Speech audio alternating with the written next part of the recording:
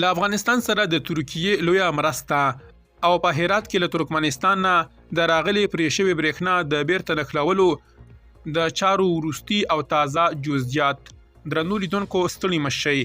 لومړی خبر، په کابل کې د ترکیې استازولۍ د مرغومي پر 23مه د یونۍ یا یکشنبې پر ورځ په یوې خبرپاڼه کې لیکلي چې هرات ته د دغه هیواد د 940 ټنو بشري مرستو د تازه جوپې له رسیدو سره سم اسلامي امارت ته وسپارل شوه.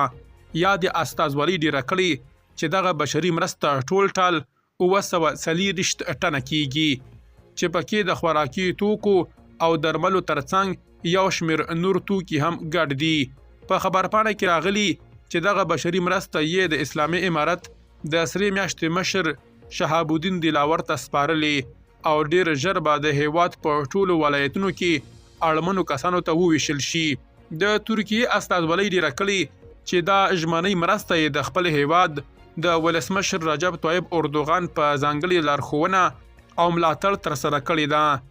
د اسلامي امارت په واکمنېدو سره په هیواد کې د بیروزګارۍ او غربت کچه تر بل هر وخت ډیره شوې ده.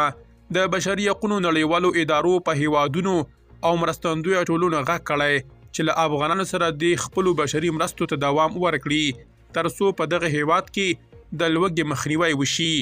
دویم خبر، د افغانستان برېښنا شرکت په هرات کې د ترکمنستان برېښنا له بیرته نښلولو خبر ورکړی دی.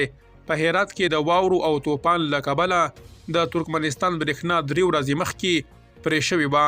دغه شرکت پر خپل اکسپانه کاږلي چې د دوی په هڅو سره د 220 کیلو ولټه برېښنا د تار فني ستونزه یې په بشپړه توګه هواره کړې ده.